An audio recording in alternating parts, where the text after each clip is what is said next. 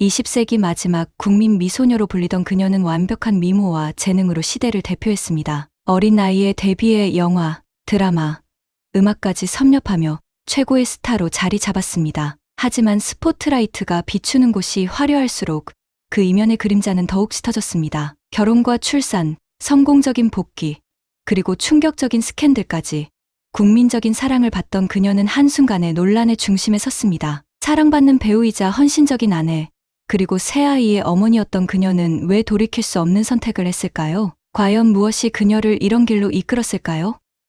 지금 그녀의 드라마보다 더 극적인 인생 이야기가 펼쳐집니다.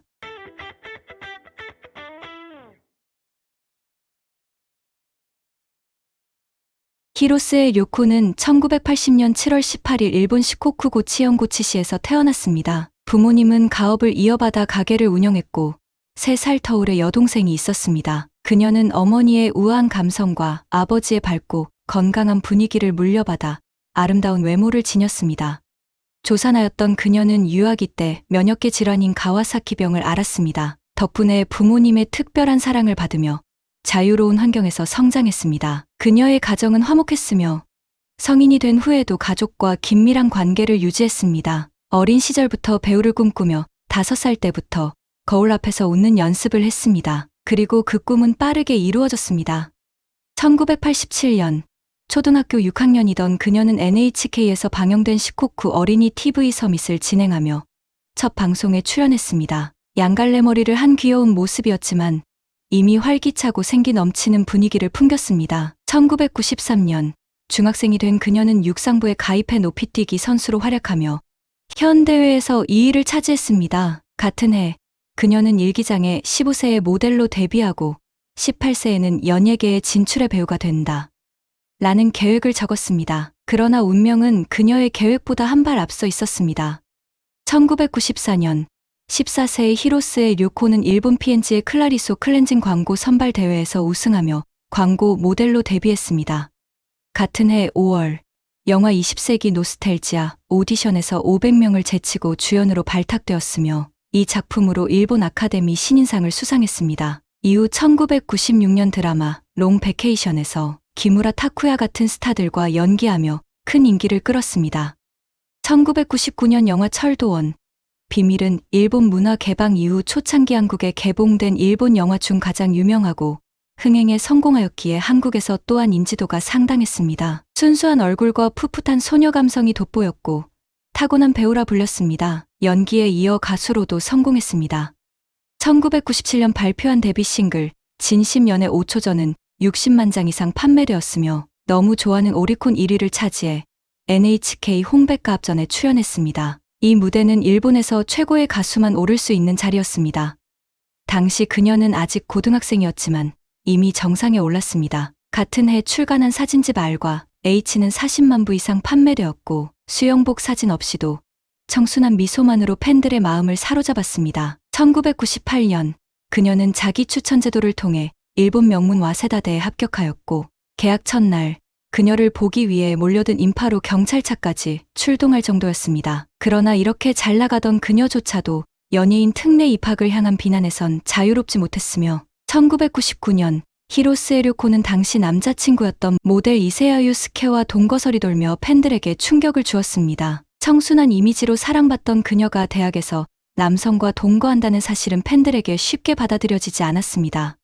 게다가 이세고 유카이는 유명한 플레이보이로 톱스타들과도 연문을 뿌렸던 인물이었습니다. 히로스의 료코는 그에게 깊이 빠져 결혼까지 고려했으나 결국 2001년 결별했습니다. 이별의 충격은 컸고 이후 그녀의 행동이 변하는 계기가 되었습니다. 사랑에 실패한 데다 학업도 위기에 처했습니다. 와세다대에 입학했지만 소속사에서 무리하게 스케줄을 강행하며 출석이 어려워졌고 무단결석 여왕이라는 별명이 붙었습니다. 학점도 30여 개만 이수해 졸업 요건을 채우지 못했습니다. 2001년 히로스의 료코는 프랑스 감독 릭 베송의 제안으로 영화 와사비 레옹 파트 2의 주연을 맡아 프랑스로 건너갔습니다. 상대 배우는 레옹의 장 르노였습니다. 국제 무대 진출에 기대를 걸고 열심히 준비했지만 낯선 환경과 무거운 부담이 그녀를 짓눌렀습니다. 게다가 촬영 중 성희롱 논란까지 불거졌습니다.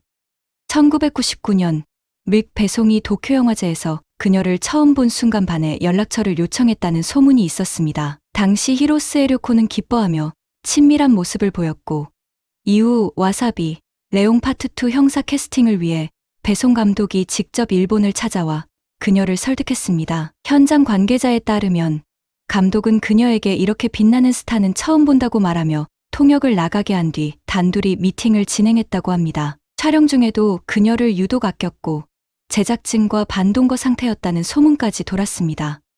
결국 영화는 기대만큼 성공하지 못했고 오히려 그녀의 이미지에 큰 타격을 주었습니다. 기자회견에서 히로스에 료코는 갑자기 울음을 터뜨려 현장을 혼란에 빠뜨렸습니다. 성희롱 논란이 커지자 그녀는 위대한 작품에 감격해 눈물이 났다고 해명했지만 언론은 믿지 않았습니다. 그 후 그녀를 둘러싼 소문이 끊이지 않았습니다. 개방적인 사생활, 배우 카네코 켄과의 연문, 반사회적 조직 간토 연합과의 연루설까지 나왔습니다. 특히 약물 중독설이 퍼지며 조직의 패처럼 이용당했다는 보도가 이어졌습니다. 심지어 일부 매체는 그녀가 비인격적인 요구도 따랐다고 주장했습니다. 또한 강제 접대설까지 나왔습니다. 동료 배우 츠네모토 아키라가 식사를 제안하자 그녀가 오늘 생리 중인데 그래도 괜찮냐라고 답해 츠네모토 아키라가 깜짝 놀랐다는 소문이 돌았습니다. 신경쇠약으로 대소변을 가리지 못해 대학에서 고립되었으며 길거리에서 치마를 정리하다 노출 사고를 일으켰다는 기사도 나왔습니다. 편의점에서 소란을 피우고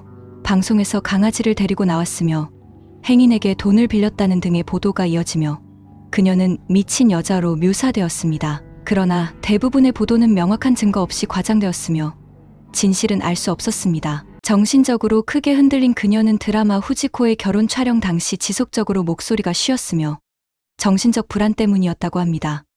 촬영 종료 후 기자회견을 거부했고 결국 병원에 입원했다는 보도까지 나왔습니다. 어머니는 소속사의 딸을 집으로 데려가겠다고 요청할 정도였습니다. 스크린 속 그녀는 해맑게 웃었지만 현실에서는 끝없는 논란에 시달렸습니다. 결국 히로스에 료코는 일본에서 가장 싫어하는 여성 스타 5위에 오르며 대중의 외면을 받았습니다. 한때 국민적 스타였던 그녀는 결국 연예계를 떠나기로 했습니다. 2003년 10월 히로스에 료코는 와세다대를 자퇴한 후 12월 임신 소식을 알리며 모델 겸 디자이너 오카자와 타카히로와 결혼했습니다. 이후 첫 아들을 출산했습니다. 그녀는 인터뷰에서 임신이 학업과 연예활동, 대중의 압박에서 벗어나기 위한 선택이었다고 밝혔습니다. 결혼 후 가정과 육아에 집중하며 연기에 초심을 되찾았습니다.